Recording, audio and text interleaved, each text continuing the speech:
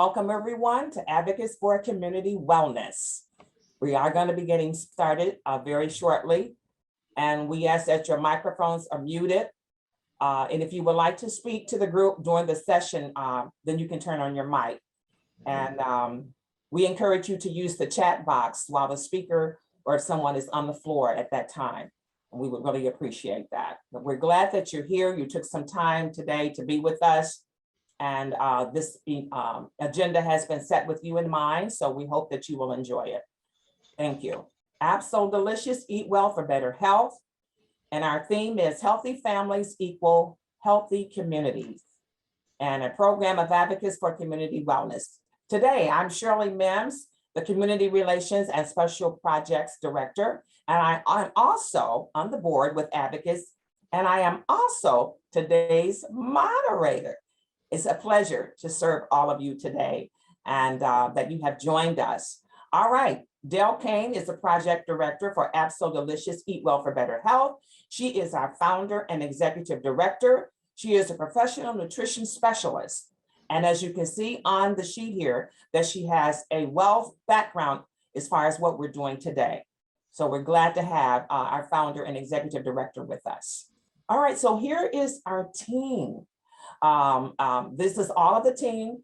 I call them the Fabulous Four. So it's me, our wellness team, that's Del Kane. Regina Hopkins is over some of the special ones, some of the programs that we have. Sharia Moore Houston is also one of the support staff. And of course, myself, Shirley Mims. Thank you. All right, a little bit about advocates for community wellness. A4CW is a faith-based, non-denominational, holistic health promotion and nutrition education ministry without walls. We bring you wellness programs where you live, work, learn, shop, play, and worship. So that looks like everything there. All right. We focus on education and promoting health, nutrition, healthy cooking classes, wellness programs, and teaching the relationships between diet, health, and chronic diseases. So our mission is to improving eating habits for healthier lifestyle, increase longevity, and quality of life. We have 3 goals. Our goals is to increase consumptions of vegetables, fruits, and whole grains. Number 2, to encourage a more nutrient-rich diet plan for better health and to reduce risk factors of chronic diseases and illnesses. And thirdly, to attain a healthier weight through consumptions of plant-based nutrition. Thank you, Mel. All right, so we normally start off with a biblical reference, and today is none different. Bear with each other and forgive one another if any of you has a grievance against someone. Forgive as the Lord forgave you. And that's Corinthians 3:13, and that is the NIV version. Now we have a disclaimer, waiver, and consent here, which should have been forwarded to you when you got your confirmation for the meeting that you're attending today. We still have to show it on the screen, but you should have been able to get that. And you can read that. It says we are recording, all of the Zoom sessions are recorded. So just make sure that you read that when you get your confirmation. All right, so the presenters and agenda for today. We have Chef Karen Crawford Moore she's going to do a culinary experience, and she is going to prepare today baked potato salad with chickpeas. Now I've never had it with that, but I guess I'll have to wait and see. All right, we got Del Kane, our nutritionist. What's the big deal with salt?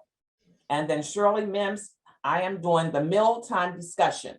And mine is, of course, I'm going to bring up the rear of what Del is going to be talking about.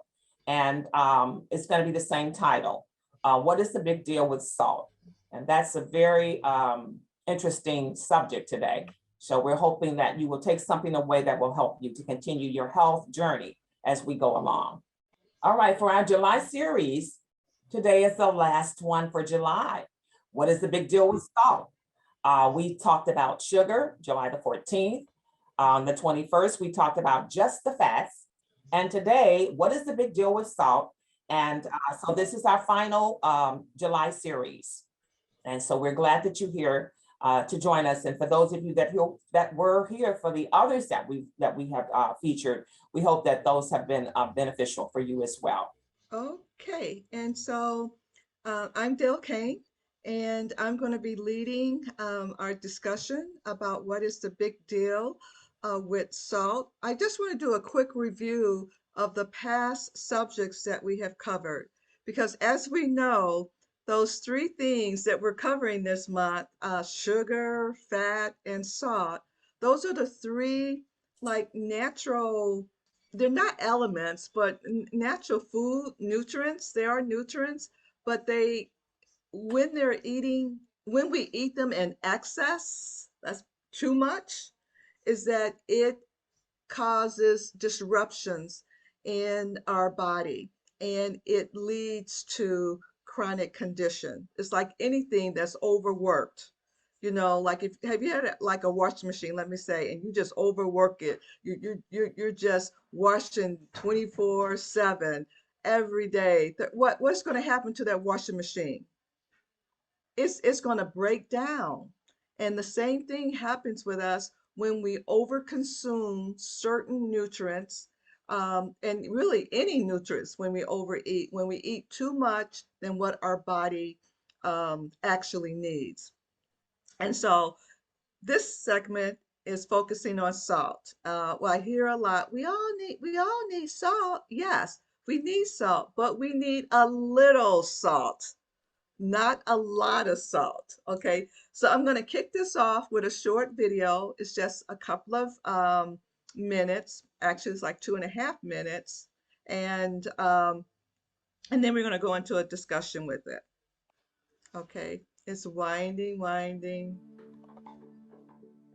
Why Can is too everyone much hear? salt bad for you? I hear the music. There we go. Eating too much salt Can you hear it? can be bad for your blood pressure. Turn it up a little bit, Dale. Your kidneys help control your blood Perfect. pressure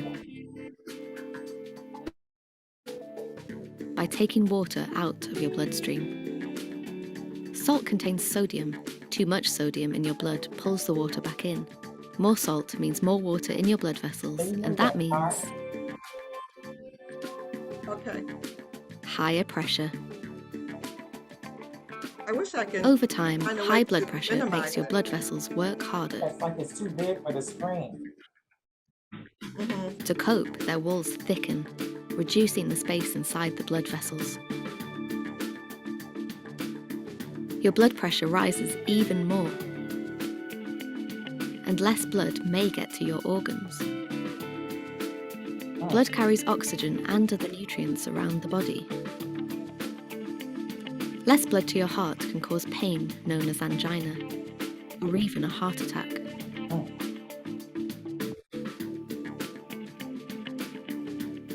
Less blood to your brain can cause a stroke or a type of dementia. High blood pressure contributes to around half of heart attacks and strokes. Adults and children over 11 shouldn't eat more than 6 grams of salt a day.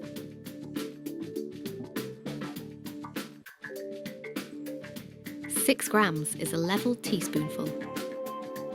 That's the same as 2.4 grams of sodium. Younger children should eat less. 3/4 of the salt we eat is hidden in ready-made food. They may not even taste salty, like bread and breakfast cereal. What can you do? Check food labels. Use the colour codes. Green equals low in salt. Choose brands with less salt. Some even have lower salt versions. Don't add salt when you're cooking. Add flavour with black pepper, herbs, spices, and lemon juice. Can you spot salty foods? bhf.org.uk/salty-surprises.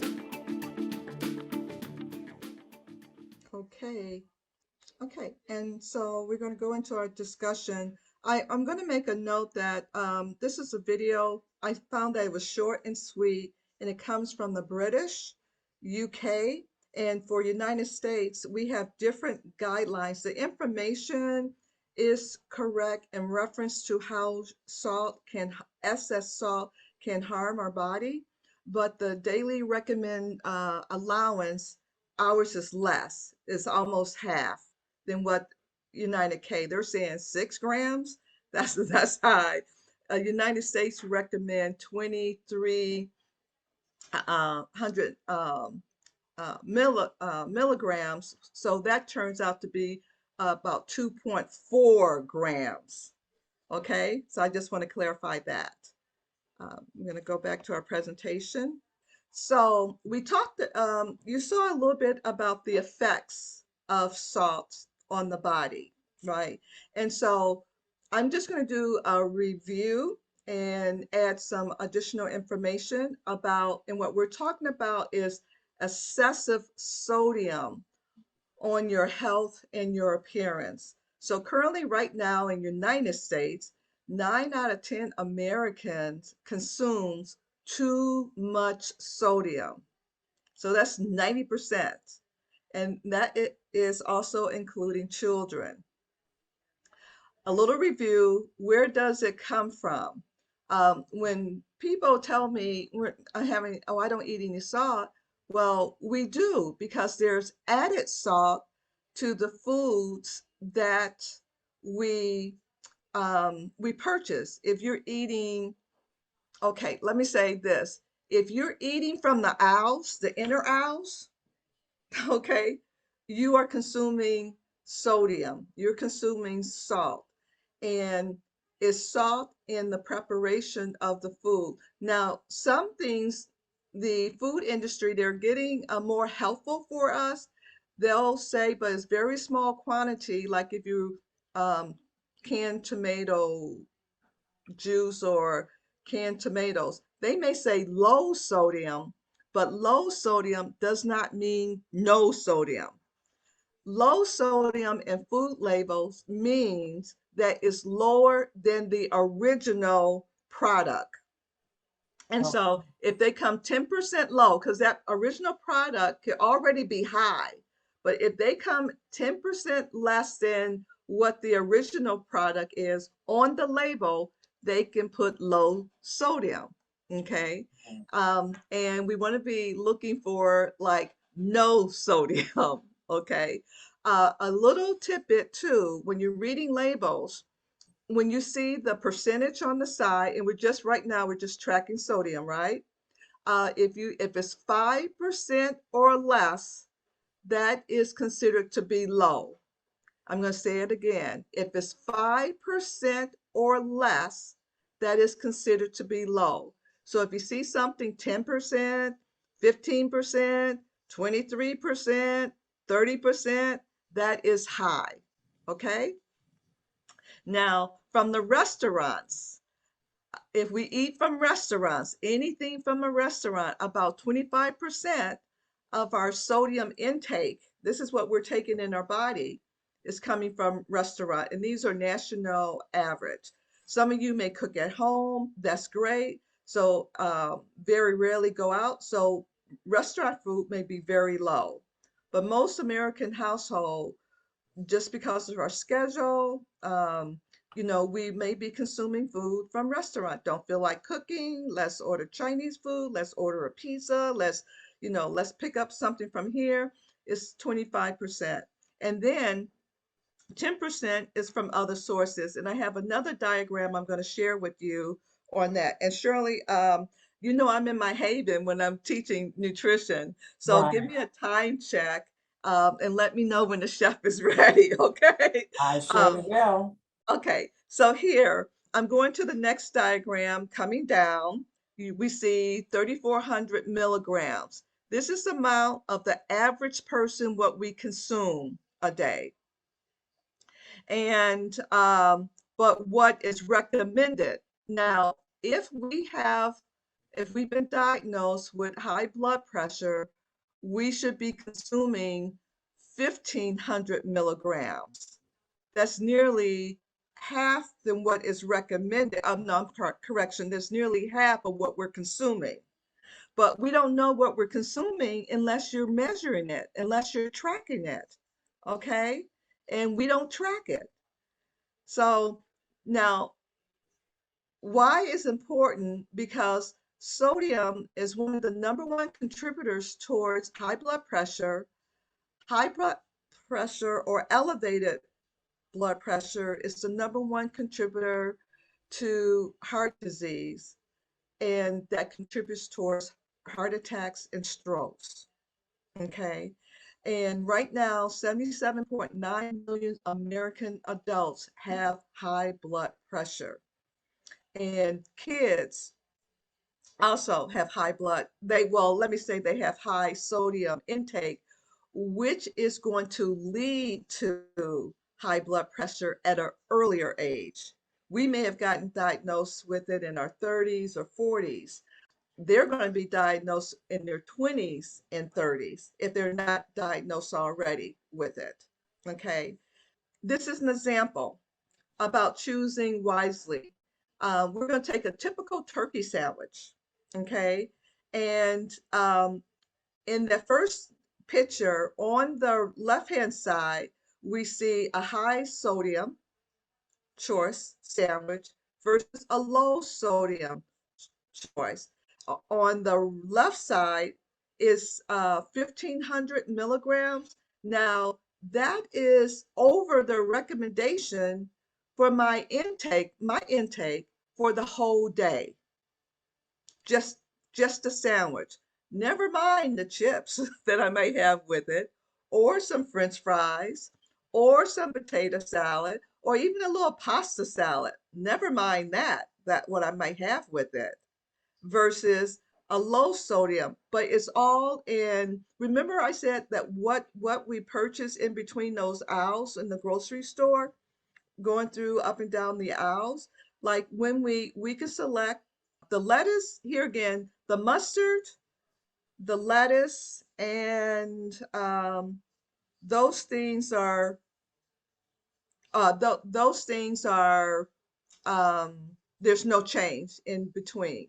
But when we look over to this other screen on the other side, where we see the slice of bread, sodium, my whole wheat bread, I can select a bread that has 200 milligrams versus 110 milligrams.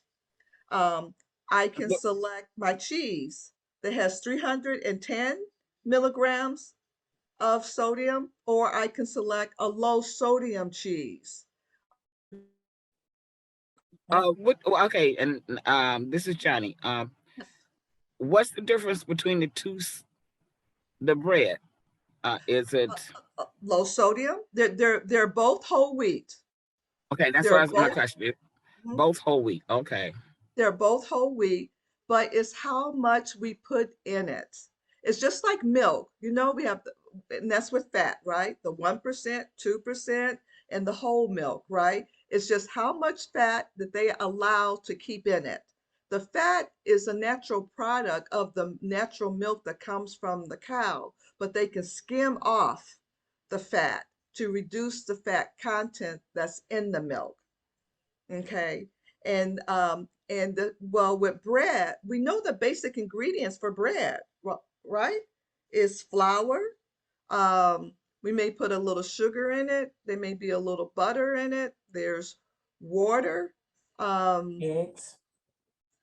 I you may forgot. put some eggs, yeah, eggs. Okay. And so that's the base, and then your salt and your sugar. you know I don't know if you put, I haven't baked any bread, but you may add a little fat to it. I don't know, a little butter to it. I'm not sure, because it's almost like baking a cake you know Yeah. and so, but it's the salt. You control how much salt that you put Mm. on it, and or let me say in it when you bake it, just like I can control how much sugar I put in it. Let's say if I'm making an apple pie, I can control if I'm going to use 3 apples for my apple pie, or I'm going to use 6 apples. I get to choose how much I'm going to put in there, correct? Yes. Mm. Okay. All right. So here again, talking about too much, we're consuming too much salt. Um, on the right here, this is on the average, as this is coming from the average US diet, where the salt is coming from. And we say 77% is processed and prepared foods. 12% is natural sources. If most of our food, I can't think of any food and like water, but that's a drink that does not have salt in it. Our food, like all of our vegetables, and even the animal, they have sodium in it because they eat plants. And the plant from the ground that's where they're getting their not the vitamins, but that's where they're getting their minerals from, is from the soil in the ground. And the minerals are coming from heaven, which when it rains, we have a couple of heavy rains. And I always like it because it's refreshing, it's cleansing. And the air, if you go out and you smell that fresh air after it rains, that's what they call ionized oxygen. It's just so refreshing. The grass looks greener, the sky looks bluer, Yes. and it's cleansing because it's bringing all those elements down into the ground. But here again, and then we have 6% is what we add on, okay? And then 5% is while we're cooking. So if we're cooking with salt, meaning we're adding salt, and then after our plate is complete and on the table, we're adding more salt, okay? Okay. All right there. All right. And this is just a little stat. And for those who, we all may be mature here, but if we don't have children, we may have grandchildren and nieces. This is what is recommended on the right, is what is recommended for children by age. And for adults, it's the 18 and older, it's the 2300 milligrams. That's recommended, but what we're consuming is much more. It's close to the 3,400. Now, this is some stats. When you get it, you can read it in more detail. But the bottom line is, and this is the second item here, the average sodium intake was, I'm going to say, 3,256 milligrams, not including any salt added at the table. And this is for children. That Wow. exceeds what is recommended for adults, because practically they're eating everything out of a bag or box. And I'm just going to stop with that, but you can read some very interesting facts that I wanted you to know. But this last one from the bottom, it says that food contained from stores contribute about 58% of sodium intake, but the number one is pizza, a favorite food. Restaurants we eat at, right? School cafeteria contributes to about 10%. All right. Okay, so are we ready? Is the So chef ready? delicious. All right. Come on, Dale, now. Eat well with better health. And today's meal is baked potato salad with chickpeas. All right. So here is the recipe that Chef Karen is going to feature for today. And we've got baked potatoes in there, shredded cabbage, okay, olive oil, green onions chopped fine, sun-dried tomatoes packed in oil. Chickpeas, rinse and drain, of course. And then she's going to do the dressing. Fresh dill or 1 tablespoon of dried, lemon juice, extra virgin olive oil, plus olive oil from sun-dried tomatoes, agave nectar, sea salt, and black pepper. Well, I want to see the finished product of this one. I really do. I'm going to go ahead and talk about Chef Karen today. This is our featured chef, and she has been with us, and we just love Chef Karen. She has more than 20 years, has worked in the culinary industry. She is the founder and owner of TLC Personal Chefing. Karen was an adjunct culinary instructor at Robert Morris College of Culinary Arts prior to COVID-19. She has taught groups, community cooking classes from ages 4 to adulthood. And over the past 10 years, Karen has served in-home clients with special dietary needs and regimens. Karen specialized in bringing the restaurant experience into people's homes. What a great profile. All right, Karen, you are up next and the platform is yours. Take it away, my friend. Thank you, Shirley. All right. Thank you so much. It's a pleasure to be in front of you all again. And so our theme for today was potluck meals. And the challenge that that posed for me is there are so many different directions I could have went with this. So I really just stopped to think about what's usually laying around in my refrigerator. So for you, you could easily swap out any of these items for something similar. So a lot of times I'll bake potato. I love baked potatoes. And so I'll bake a couple of them at a time. And then I probably like baked potatoes a little more than my husband does. So I'll usually, they're usually at least one or two laying around in my refrigerator. So here I have a baked potato that I have peeled. And then I'm just gonna dice up the other half of this. So this is about I would say a 1/2 inch or a 1/4 inch dice of potato. And if you don't have potatoes, here's some substitutes. So I found here I went shopping through the pantry here at Faith Church, and they had some barley, so you could use barley. You could use, they also had some brown rice. You could use brown rice. Last week we cooked with pasta. You could certainly use pasta with this same dish. So next I'm going to go over to the stove, and I'm gonna, here I have some, just a little bit of shredded cabbage. I had some cabbage left over. I made stuffed cabbage for a client, so I had like the inner leaves left. So I thought about that. So here's just a little bit of cabbage, and this will add, you know, a little bit more veg to our traditional potato salad or other grain type salads. So I'm gonna go over to stove. This is a non-stick skillet. I'm just gonna add a touch of olive oil.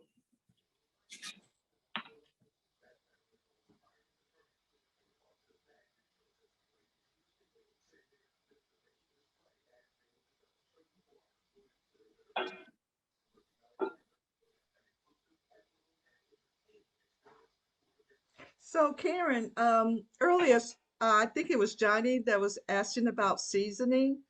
And I didn't get a chance to go into details, but say like for potatoes, and if someone wants to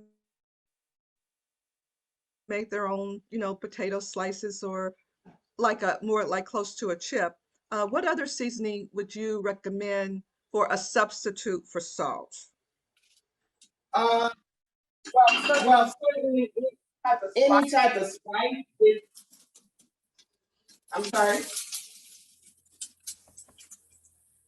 I think that was your echo. Any type of spice that you like. Also, like garlic powder is great, or onion powder. Those two impart a lot of flavor. And not make sure that it's garlic or onion powder, not garlic salt. Right. Onion salt. Even like the lemon pepper, quote unquote. If you read the ingredient label, it's usually the first ingredient is usually neither lemon or pepper, it's salt. So, and I think that varies a bit depending on, you know, what brand it is. So Karen, I've been watching a lot of my ingredients, and the one thing I noticed when you buy seasoning blends, there's always salt that you wouldn't even know what was in there unless you read the label.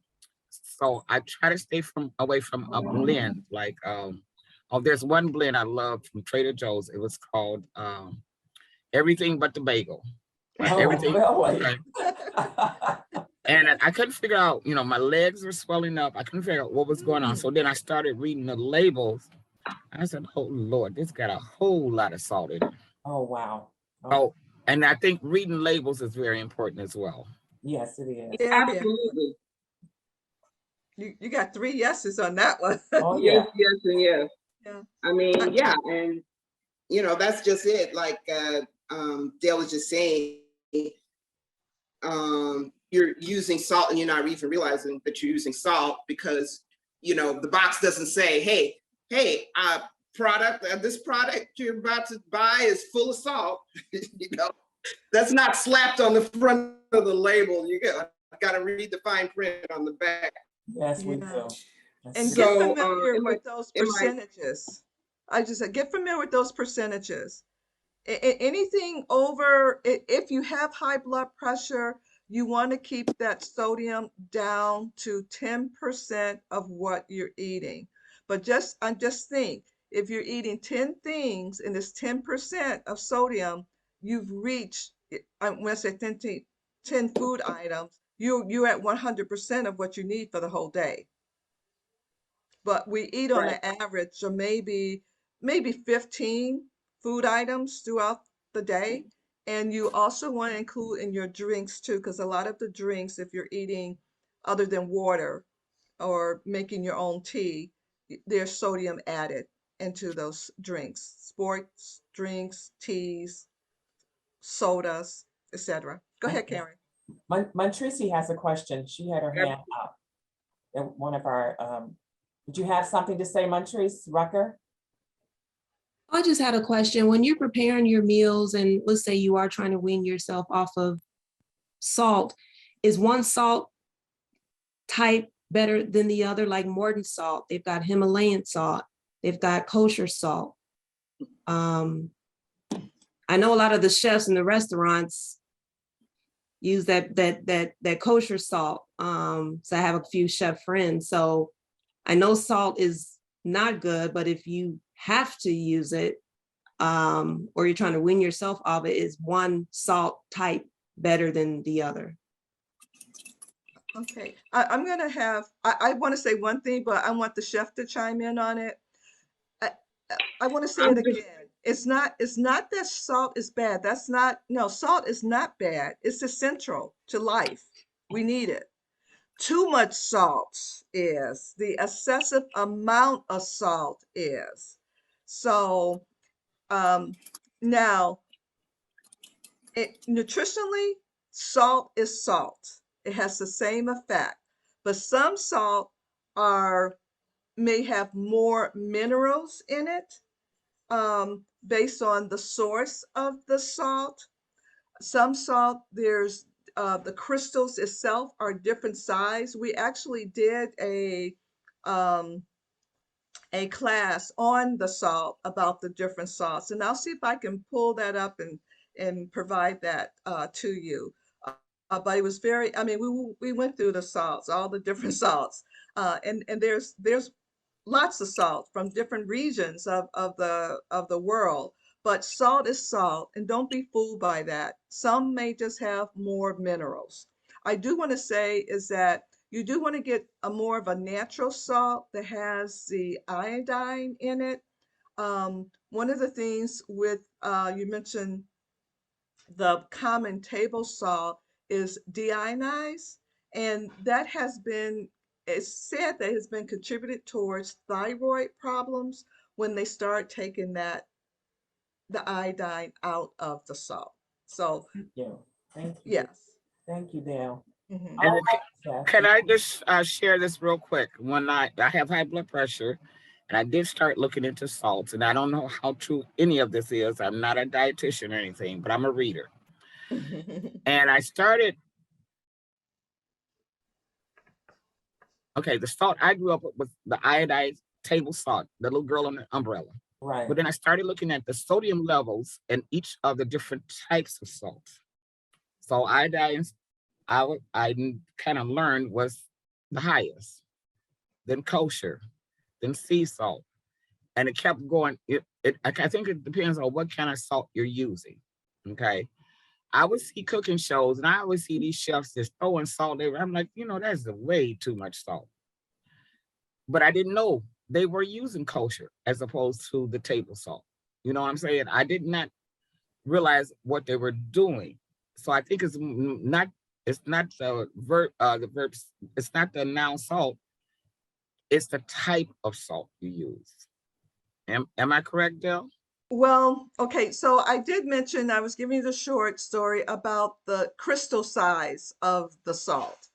And of course, the Himalayan and the kosher salt, they're more, so a tablespoon is a tablespoon. I mean, just the, size of it. So if I have a big crystal in it, I'm not going to, I'll probably have less of the volume of the salt maybe, versus if I have something very fine as Yeah.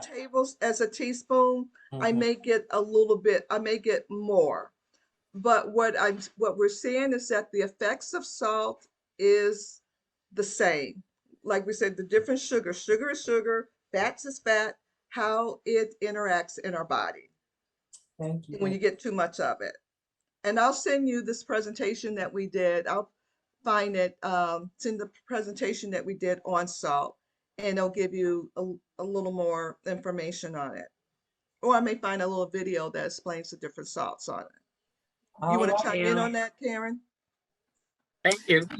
Yeah, I agree. I mean, so like back when I was going to culinary school, like the people were talking about kosher salt. Kosher salt was the thing. And I think, yeah, like you said, it's because it's bigger, but I mean, really, I guess if you're really being intentional, if the recipe calls for a teaspoon, then you could use half a teaspoon, but you get those little pops of salt here and there. So maybe it tastes it tastes like there's more salt there than there actually is, if that makes sense. Yes. Mhm. Say, say like heat, like I like spicy food like Dale. So adding like cayenne, which is finely ground, versus adding crushed red. I know some people like adding crushed red because you just get a little pop here and there, and you can do less of it, but you still get, a little bit of that taste. Okay. So, but yes, we try to tell ourselves, oh, well, I'm having the sea salt, the salt from the Dead Sea, so somehow it's better for me, than It's going to be holy. right. I'm sorry. Sure, it's from the sea. But it's at the end of the day, it's still salt. Just like I remember years ago, like when Haagen-Dazs ice cream came out, like people thought it was, and the stores like Whole Foods were carrying it, and somehow people thought, it was better for them. At the end of the day, it still has a ton of fat in it. So as the, Blue Bunny or Baldwin's or Breyers or any of the other brands.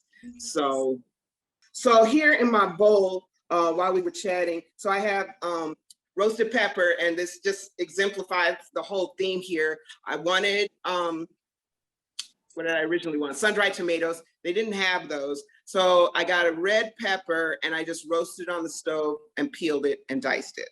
Okay. So here I have green onion. If you don't have green onion, use red onion or shallot. Those are milder in taste, but if not, use a yellow onion, a white onion, whatever you have. And then of course with beans, there's all kinds of beans. There's chickpeas, there's white beans, there's, just, you could go try a different one every week for, probably 8 weeks and go through them all. And then here is our dressing.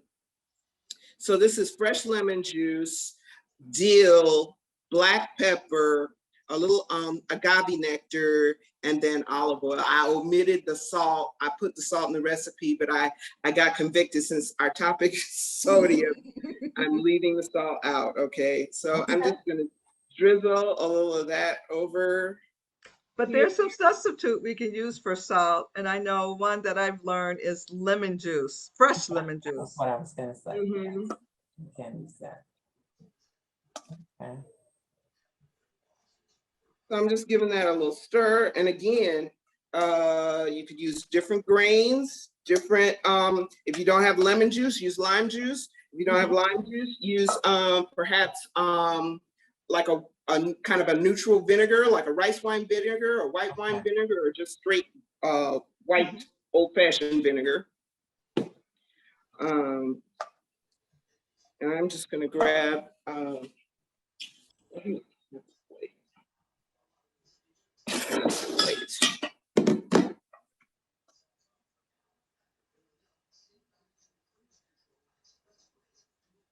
and so this is pretty close to a complete meal. I guess you could have like a leafy green salad with this. Is here you have your protein, you have your starch, and you have a little bit of veg. But I would pair this with, you know, like a leafy green salad or maybe even a hot vegetable. And I'm just going to, let's see, do a little slice of the lemon on the top. Baked potatoes. All right. All right. Beautiful. All right. Yes, thank you. Thank you, Chef Karen. All right, we're moving on down the road. We thank Chef Karen for her expertise in preparing our meal for today. And I passed that plate on to her and she topped it off with baked potato salad. I have never had that, but I think I'm gonna try it. All right. All right, so now it's time for mealtime discussion. And we're gonna talk about salt versus sodium. And this is presented by yours truly, Shirley Mims. All right, here we go. It says, what is sodium? Though the words salt and sodium are often used interchangeably, they do not mean the same thing. Salt, also known, but is a chemical name, sodium chloride, is a crystal-like compound that is common in nature. And then sodium is a mineral. That's what Dale was talking about a little bit, and one of the chemical elements found in the salt, okay? All right, so why we need it. Your body needs sodium for normal muscle and nerve functions. It helps keep the body fluids in balance. Sodium, potassium pump cycle. So this is just an outlook, just an example here. All right.